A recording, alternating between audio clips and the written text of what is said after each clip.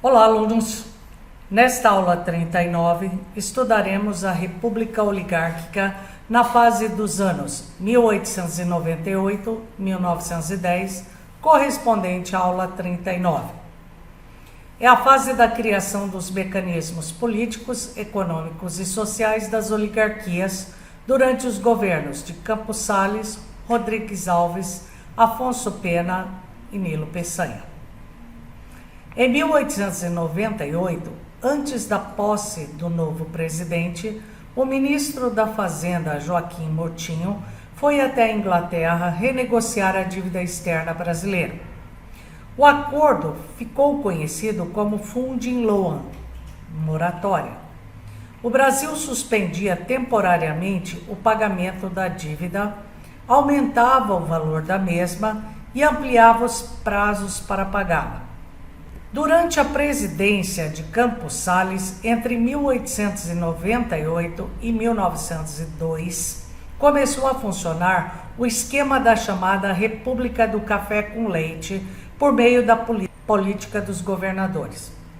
Segundo essa política, o presidente apoiava de todas as formas possíveis os governadores estaduais e seus aliados, as oligarquias locais, e, em troca, os governadores garantiriam a eleição para o Congresso Nacional dos candidatos oficiais. Assim, o poder legislativo, com seus deputados e senadores, formava um bloco aliado do poder executivo, aprovando as leis de seus interesses. Em cada estado havia uma oligarquia dominante, que, com o apoio do governo, se mantinha no poder. Na esfera executiva federal, a aliança para definir o novo presidente vinha dos partidos republicanos Paulista, PRP, e Mineiro, PRM. O presidente não precisava ser necessariamente mineiro ou paulista, mas tinha que fazer parte do esquema montado. Havia ainda a Comissão Verificadora de Poderes, que dava o direito do presidente legalizar qualquer resultado que fosse interessante nas eleições, mesmo no caso de fraudes, que não eram raras. Nessa época não havia uma justiça eleitoral, como existe hoje. Por isso, ganhava a eleição quem fazia parte das oligarquias. Caso contrário, podia ganhar no voto, mas não tomava posse. O esquema se completava por meio do coronel. Esta era uma antiga patente da Guarda Nacional, existente desde a regência, que servia para garantir cargos militares aos proprietários de terra. Com a organização do Exército na República, o cargo foi extinto, mas o título passou a significar aquele que conseguia ter um grande esquema de trocar favores por votos com a população masculina humilde do interior. O coronel geralmente era um latifundiário, mas seu prestígio estava no seu curral eleitoral, na capacidade de criar com os proprietários menores e com seus empregados o esquema do chamado voto de cabresto, votar nos candidatos do coronel. Quando sua vontade não era obedecida, ele usava seus bandos armados para se impor. Assim, o coronel conseguia favores dos governantes estaduais e municipais.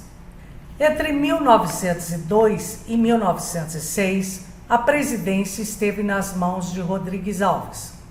No início do século XX, a população brasileira crescia bastante com o aumento da natalidade e a entrada de imigrantes estrangeiros, principalmente para o trabalho nas lavouras cafeeiras do Oeste Paulista.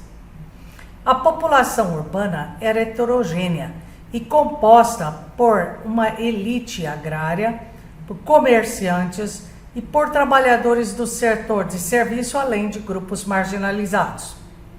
Rodrigues Alves havia se comprometido a melhorar o porto do Rio de Janeiro e sanear a capital do Brasil, que passava desde o século XIX por um surto de cólera, varíola, peste bubônica e febre amarela.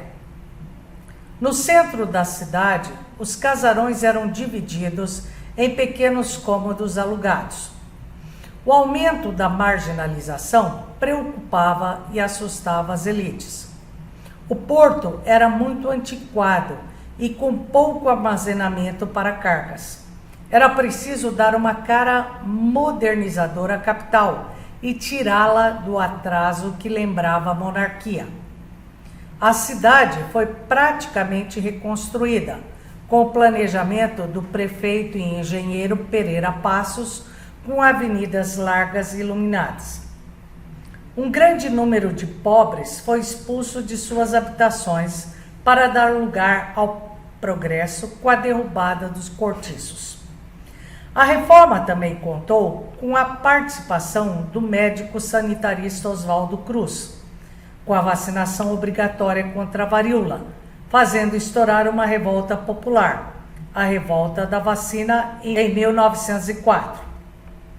A população aproveitou para se manifestar contra o governo, o alto custo de vida, os altos impostos e a imposição da vacina obrigatória aos pobres. A polícia usou de violência sobre a população, que realizou saques e quebras no centro do Rio de Janeiro. Os pobres tiveram que se mudar para os morros cariocas e deixar a cidade bonita para a elite higienizada curtir. Em 1906, os cafeicultores se uniram em Taubaté, no interior de São Paulo, e firmaram um plano de socorro à cafeicultura por meio de empréstimos externos. A compra do excedente de café por parte do governo federal, propaganda para aumentar o consumo e da promessa de não serem ampliadas as áreas de produção. A isso damos o nome de socialização das perdas.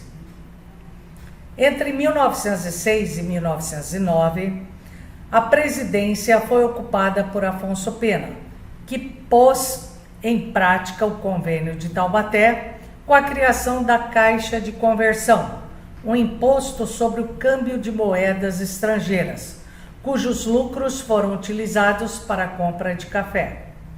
Incentivou a criação de ferrovias e interligou a Amazônia ao Rio de Janeiro por fio telegráfico, por meio da expedição de Cândido Rondon. Ele faleceu em 1909, logo depois da morte de seu filho Álvaro Pena. Nilo Peçanha assumiu a presidência para completar o ciclo 1909-1910. Deu continuidade à instalação dos cabos telegráficos, cortando as áreas indígenas com a criação do Serviço de Proteção ao Índio. Sob seu comando estava Cândido Rondon. Durante o seu governo, houve uma crise sucessória que trataremos na próxima aula. Para se preparar, pegue o capítulo 9, faça os exercícios 14 e 15. Bons estudos!